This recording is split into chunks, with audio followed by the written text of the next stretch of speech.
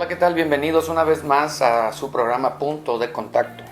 Quiero compartir con ustedes en esta oportunidad un discipulado para aquellos que están comenzando en la fe y enfocarme un poco en el crecimiento, que es muy importante, muy necesario, pues teniendo buenas bases. Para empezar, quisiera compartir con ustedes que me di a la tarea de escribir un manual muy sencillo, por supuesto, basándome en Mateo capítulo 5 al capítulo 7. Solamente hablar 3 capítulos y la profunda enseñanza que tiene Jesucristo. Para empezar, quiero poner como una plataforma y como una base las bienaventuranzas. Primero que nada, Jesucristo comenzó a tratar con sus discípulos y una de las primeras cosas que hizo fue llamarlos y enseñarles acerca de los beneficios, de los pros y los contras que tiene el ser cristiano. Solamente déjeme decirle que esta experiencia es lo mejor que nos pudo pasar en la vida. Ser cristiano es lo mejor que nos pudo suceder en el caminar de nuestra vida. Y tengo este manual que le puse como título Preparando discípulos para las relaciones interpersonales. Aquí abajo, en la parte de abajo, va a estar el link para que tú lo puedas descargar completamente gratuito. El pasaje que está en Efesios capítulo 1, versículo 4, dice: incluso antes de haber hecho el mundo, Dios nos amó y nos eligió en Cristo para que seamos santos e intachables a sus ojos. Y quiero comenzar contigo compartiendo acerca de las bienaventuranzas.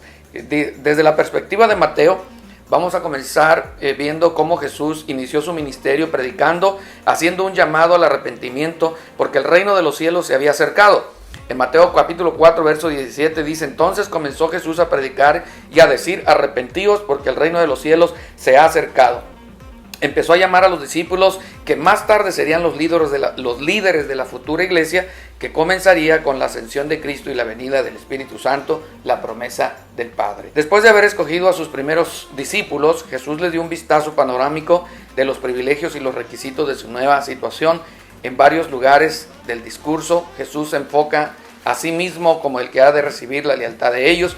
No solamente un código de conducta para los discípulos, sino una revelación de la autoridad del Mesías, como nos lo recuerda en el capítulo 7, versos 28 y 29, una colección paralela de los actos milagrosos de Jesús.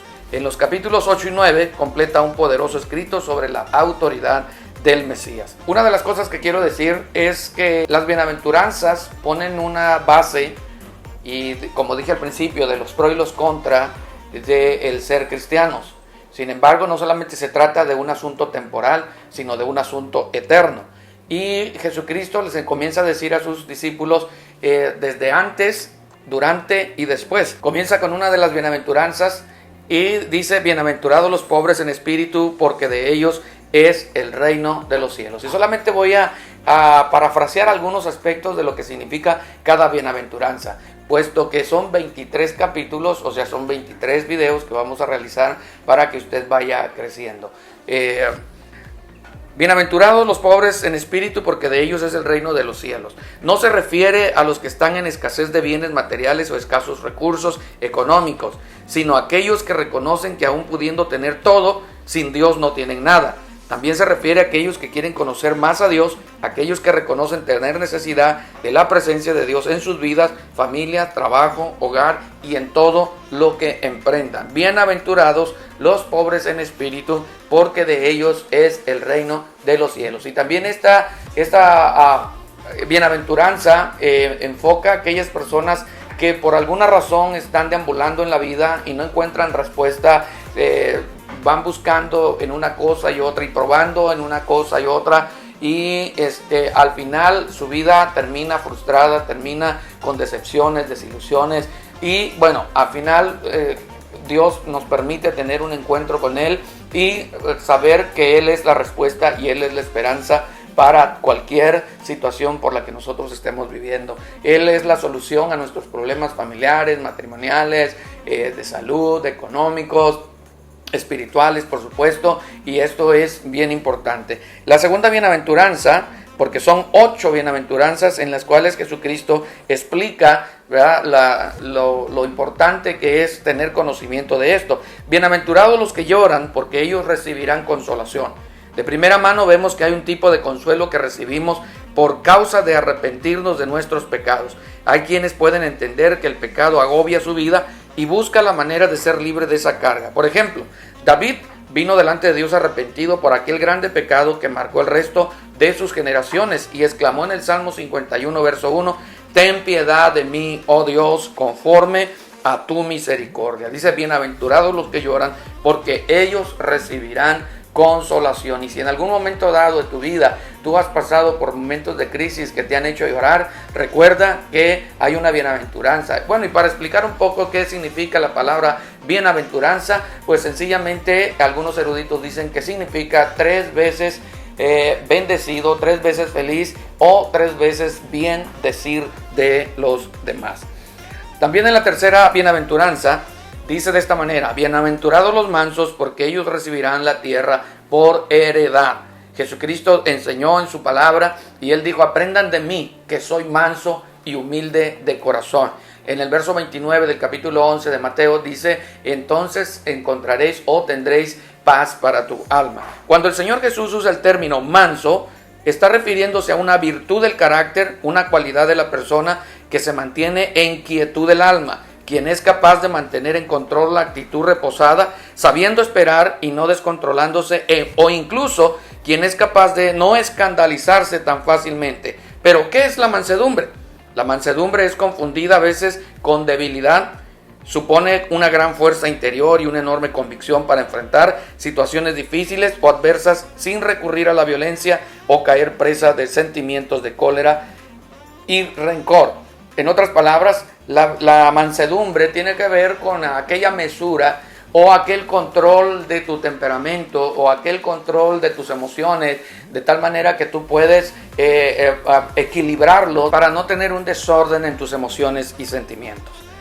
Por otro lado, debemos observar que el ejercicio de la mansedumbre como fruto del Espíritu Santo contiene una promesa muy grande y recita textualmente, ellos recibirán la tierra por heredad. El Salmo capítulo 2, verso 8 dice, pídeme y te daré las naciones como herencia y como posesión tuya los confines de la tierra. Así es que bienaventurados aquellos que aprenden mansedumbre. Número 4. Bienaventurados los que tienen hambre y sed de justicia, porque ellos serán saciados. Hay un dicho común entre la sociedad que dice la esperanza muere al último. Lo que la Biblia habla de Abraham es que él caminó y luchó aún contra esperanza. En Romanos capítulo 4, verso 18. Él creyó en esperanza contra esperanza para llegar a ser padre de muchas gentes, conforme a lo que se le había dicho. Así será tu descendencia. Él tenía hambre y sed de justicia y por esta razón él encontró saciedad. Número 5. Bienaventurados los misericordiosos, porque ellos alcanzarán misericordia. En la formación de la vida cristiana, en una persona, se refuerzan valores y principios, ya que hoy cada día se van escaseando los valores y se van escaseando los principios, o se ve la decadencia cada vez más de la práctica de ciertos valores y principios que son importantes para el orden social. Por ejemplo, ¿qué es la misericordia? Veamos desde 2 ángulos. Número 1, la misericordia es la disposición de compadecerse de los sufrimientos y miserias ajenas. Número 2, en el cristianismo es uno de los principales atributos divinos. En otras palabras, la misericordia de Dios y en relación a nosotros es que Dios no nos da lo que nosotros merecemos. Eso significa que nosotros merecíamos irnos a condenación, más la oportunidad que Dios nos dio es redimirnos a través de Jesucristo como nuestro Señor y Salvador, y entonces tener una oportunidad de vida y de vida eterna. Número 6. Bienaventurados los de limpio corazón, porque ellos verán a Dios. En el Salmo 51, verso 10, dice el salmista David, crea en mí, oh Dios, un corazón limpio y renueva un espíritu recto dentro de mí. Este fue el clamor de David a Dios. Pero, ¿qué es tener un corazón limpio? Obviamente no se refiere al músculo cardio, sino a lo que le representa, que son las emociones y los sentimientos, así como los pensamientos, incluyendo la voluntad. Todos estos tienen necesidad de sufrir una regeneración para transformación a través del nuevo nacimiento en Cristo Jesús, por la confesión de pecados y aceptación del sacrificio y señorío de Cristo sobre la cruz. Número 7. Bienaventurados los pacificadores, porque ellos serán llamados hijos de Dios. En Colosenses capítulo 3, verso 15 dice: y la paz de Dios gobierna en vuestros corazones, a la que asimismo fuisteis llamados en un solo cuerpo, y sed agradecidos. En estos momentos en que el mundo está en una crisis, mucha gente está confundida, está en incertidumbre, está sin paz, algunos están temerosos, y muchas veces mucha gente se enferma solamente por el temor. Alguien dice por allí que en algunas ocasiones el 5% de la contaminación en nuestro sistema es solamente por aquello que viene exteriormente, y el otro 95% es el estado emocional en el cual después nos vemos afectados, ya sea para bien o para mal. Más la palabra del Señor nos enseña que hay una paz que sobrepasa todo entendimiento. Jesucristo dijo: mi paz os dejo, la paz os doy, no como el mundo la da. No se turbe vuestro corazón ni tenga miedo. Por lo que en este tiempo necesitamos nosotros, como nuevos creyentes y como creyentes también ya con experiencia en el Señor, mantener esa paz, mantener esa calma que solamente Él sabe dar. Esperar que Dios es el que tiene todas las cosas bajo control. Y por último, número 8. Bienaventurados los que padecen persecución por causa de la justicia, porque de ellos es el reino de los cielos. Y aquí lo quiero explicar de dos maneras. La primera es, por ejemplo, hay una historia en el Tanaj. Los que no saben qué es el Tanaj es la Biblia judía, ¿verdad? O una sección de la Biblia judía que está compuesta por 4 secciones, y una de ellas es el Tanaj. La Biblia hebrea, en la sección de la Torá, en la ley, en el Bereshit o en el Génesis, sobre Abraham, según los rabinos que registran casos históricos muy interesantes, se dice que después del diluvio universal hubo un hombre muy malo conocido como Nimrod, en Génesis capítulo 10, verso 8 y 9, quien fue un hombre con un gobierno muy liberal moralmente hablando, por lo cual Abraham no estaba de acuerdo y les predicaba en contra de todas sus inmoralidades, y por dicha razón le pusieron precio de muerte a la cabeza de Abraham. Por un error de cálculo mataron al hermano de Abraham. Por esa razón también cuando Dios le habla: sal de tu tierra y tu parentela, Lot, su sobrino, se fue con él. Abraham fue perseguido por causa de la justicia. José, Jesús, la iglesia cristiana, ahora todos ellos han sido perseguidos, y de alguna manera usted y yo hemos sido perseguidos por ser cristianos. Ahora, ¿qué es la justicia? La justicia es un principio moral que inclina a obrar y juzgar respetando la verdad y dando a cada uno lo que corresponde. Justicia divina. La justicia de Dios es una de las manifestaciones de Él mismo, ya que Dios es justo, pues la justicia está siempre latente sobre nuestras vidas, y aunque a través de su palabra y del sacrificio de Jesús en la cruz somos justificados y tenidos por justos ante Dios por su gracia, pero no gozamos de los beneficios de la justicia, porque la misma debe establecerse en nuestras vidas. Muy bien, y por último, quiero terminar diciendo las palabras de Jesús cuando Él dijo: bienaventurados sois cuando por mi causa os vituperen y os persigan y digan toda clase de mal contra vosotros. Estas dos últimas bienaventuranzas entran en la bienaventuranza número 8, y que tiene que ver con la persecución de nuestra fe. Entonces había dicho al principio en dos maneras. La primera, poniendo el ejemplo de Abraham, cómo fue perseguido por causa de defender un principio moral y un valor moral, o un principio espiritual, un principio eterno. En ocasiones a nosotros como creyentes nos vamos a ver enfrentados o en medio de una situación donde hay que defender nuestros principios y nuestros valores.